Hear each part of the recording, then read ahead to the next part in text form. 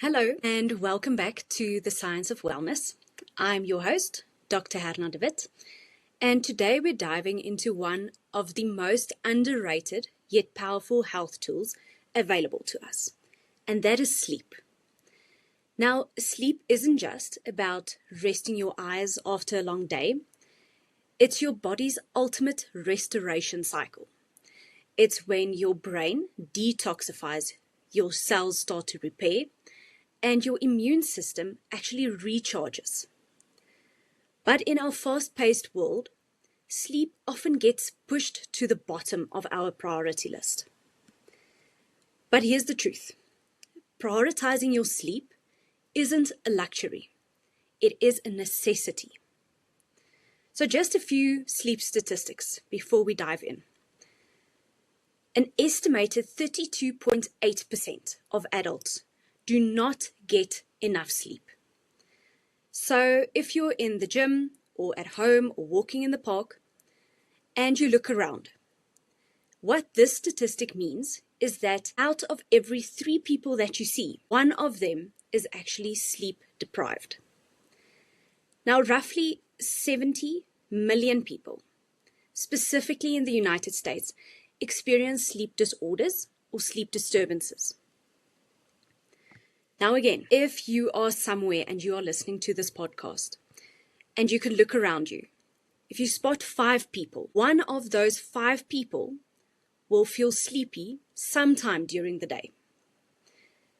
You need to start prioritizing your sleep because long-term poor sleep can reduce your lifespan by 4 to 7 years if you are a woman and 2.4 years if you are a man. So in today's episode, we'll cover the science behind sleep and why it's vital for your longevity and your performance. Secondly, how sleep impacts your brain, your immune system, and your daily productivity. And then I'll give you some actionable biohacks that you can implement tonight to optimize your sleep quality. So whether you're someone that's struggling with insomnia, or you are a high performer that's starting to look how you can optimize your recovery, or you are simply just curious about how sleep will affect your overall health, then this episode is definitely for you. So let's start by pulling back the curtain on what actually happens when you sleep. So when your head hits the pillow and your eyes close, your body doesn't just shut down. It enters what I like to call something like a restoration mode. So firstly, let's talk about your brain. There's a system in your brain called the lymphatic system. You can think of it as your brain's built-in cleaning crew. Now, during deep sleep, this system clears out toxins, including beta amyloid plaques. These plaques have been linked to Alzheimer's disease. So if you are consistently missing out on quality sleep, these toxins and also these beta amyloid plaques can start to build up over time and increase the risk of neurodegenerative diseases. So every night of good sleep isn't just about feeling rested the next day. It's actually an investment in your long-term brain health. Then next up is your immune system. So while you're sleeping, your body produces cytokines. These are proteins that help to fight infections and manage inflammation in your body. Now, when you sleep poorly, this cytokine production is reduced, and this leaves your immune system vulnerable. Have you ever noticed that you are more likely to actually catch a cold after a few nights of poor sleep? And this is exactly why. Now let's talk about something we've all experienced, and that is cognitive performance. Now you can think back to the last time that you've had a terrible night's sleep. Did you feel foggy? Were your decisions harder to make? And did everything in your day just feel harder? Now studies have actually shown that sleep deprivation impacts your memory, your reaction time, and your emotional regulation. So one night of poor sleep can impair your cognitive performance, how well you think and how well you process, by up to 30%. And then emotionally, a lack of sleep makes you more irritable, it makes you more reactive, and then also less equipped to handle stress. So in short, sleep isn't just about resting. It's about repairing, detoxifying, and also fortifying your brain and your body. So now that we understand why sleep is so critical, let's talk about how to optimize it. Now this is where sleep hygiene comes in. And I'm going to share a few things with you that you can do to start improving your sleep hygiene. So the first thing is, you need to keep a consistent sleep schedule. Your body has something called a circadian rhythm, which is an internal clock that tells you when to sleep and when to wake up. Now, going to bed and waking up at the same time every day helps to regulate this clock. And yes, you even need to do this on the weekends. Number 2 is you need to limit blue light exposure before bed. We've all been guilty of scrolling through our phones or binge watching a series in bed or working late at night. Now, blue light comes from screens, and these blue light, the certain wavelength, disrupts your melatonin production. I'll explain a bit more about melatonin production a bit later. Now, melatonin production is a hormone that helps you fall asleep. If screens are really unavoidable, you can use blue light blocking glasses or some apps on your phone that filter out the blue light. But a heads up here, if you are interested in buying blue light blocking glasses, you need to make sure you buy them from a reputable brand. Then number 3 I want to share with you today is you need to optimize your sleep environment. So that is where you sleep. You need to make your bedroom a sleep sanctuary. So you need to keep it cool, between 17 and 18 degrees Celsius, that is ideal. You need to make it dark with blackout curtains or something as simple as a sleep mask. And then also you can use white noise machines if there's a lot of external sounds around you that disrupt your sleep. Now, number 4 is nutrition for better sleep. What you eat really does matter when it comes to your sleep. So something that you can start implementing is to eat foods rich in the amino acid tryptophan. So these foods are like turkey, nuts, and some seeds, because tryptophan boosts serotonin and melatonin production. Now I want to focus a little bit more on these two, on serotonin and melatonin. So serotonin is a neurotransmitter. So that is something that is in your brain. And it plays a role in sleep in a number of ways. And this includes sleep preparation. So serotonin releases during waking, and it influences the synthesis of hypnogenic substances in the brain. So that is something that helps to calm you for sleep. Then serotonin also helps with sleep maintenance, in other words, to keep you asleep. And then also with sleep quality. So serotonin and another neurotransmitter, dopamine, work together to affect the quality of your sleep, including how well and how long you sleep. And then, very importantly, serotonin is also linked to melatonin production. So the brain uses serotonin to produce melatonin. And this is the hormone that regulates your sleep-wake cycle. So a little bit more about melatonin. So melatonin, just to note, melatonin is different from melanin. Melanin is in your skin. Melatonin is the hormone that helps regulate your sleep by helping to synchronize your body's circadian rhythm with the day-night cycle.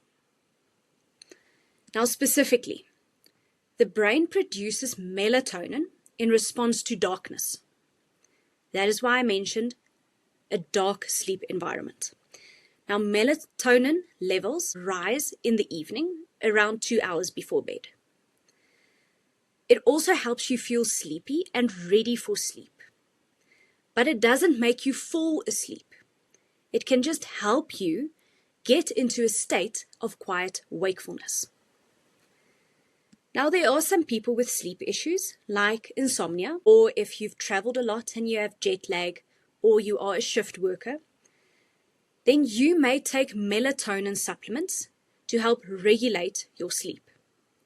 However, melatonin supplements aren't for everyone, and you should really talk to your healthcare provider before you take them. Because melatonin can cause drowsiness, so you shouldn't drive or use any machinery for 5 hours after taking it. Melatonin supplements can also interact with some other types of medications. So that is why please talk to your healthcare provider before you use any melatonin supplements.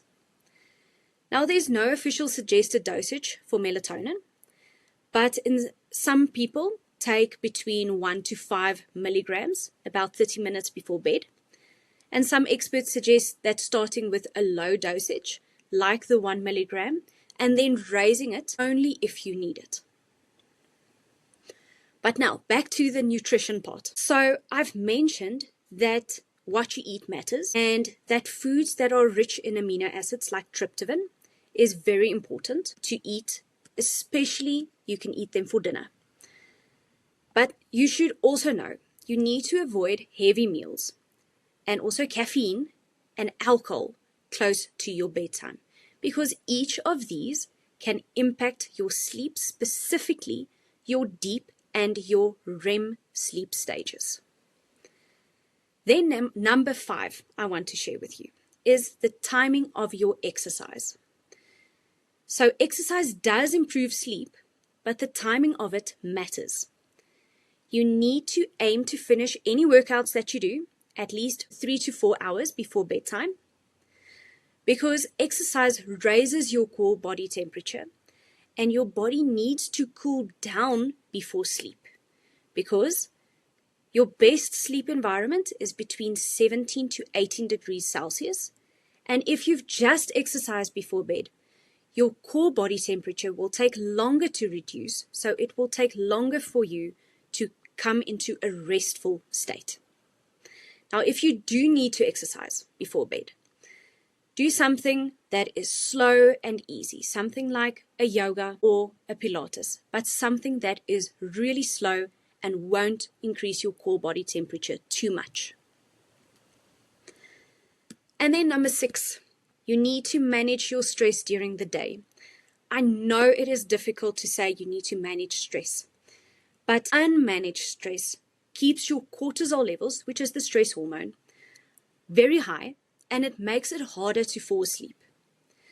So you can try something like a progressive muscle relaxation. That is where you tense each muscle group in your body progressively for 5 to 10 seconds, and then you release it. So just as an example, you can start with your hands, tense your hands for 5 to 10 seconds and release, and then you start going up with your arms and down your body.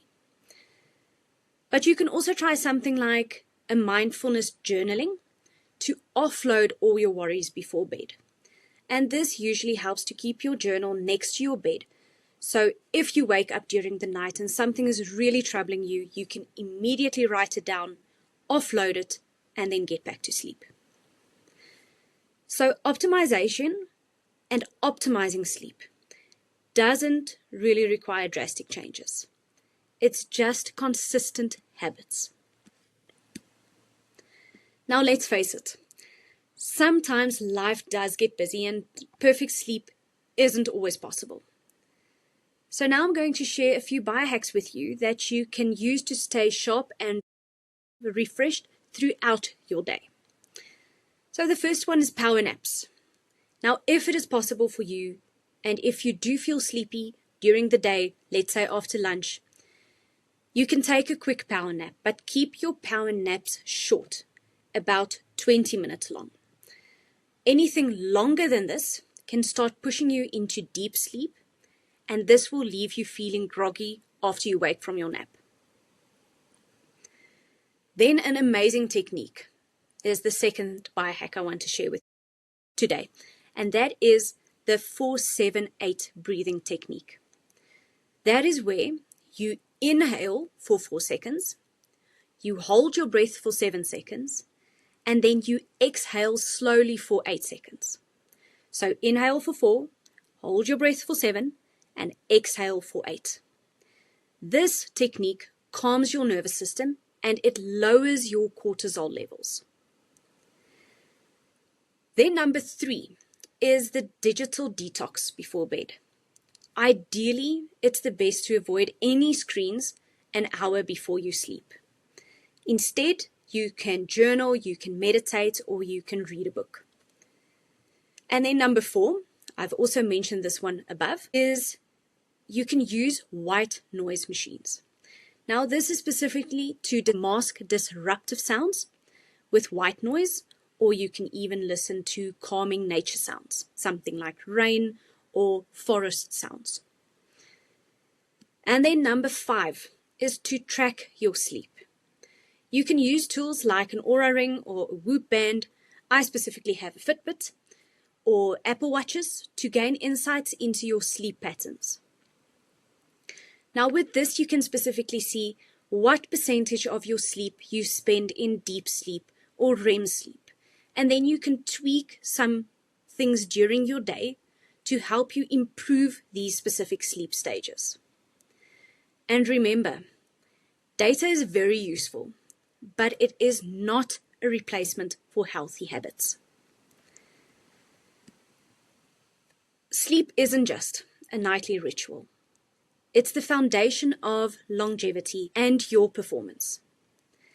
So in this episode today, we covered the science behind sleep and its impact on your health, how to optimize sleep through hygiene, nutrition, and stress management, and then also practical biohacks for busy lifestyles. But here's my challenge to you.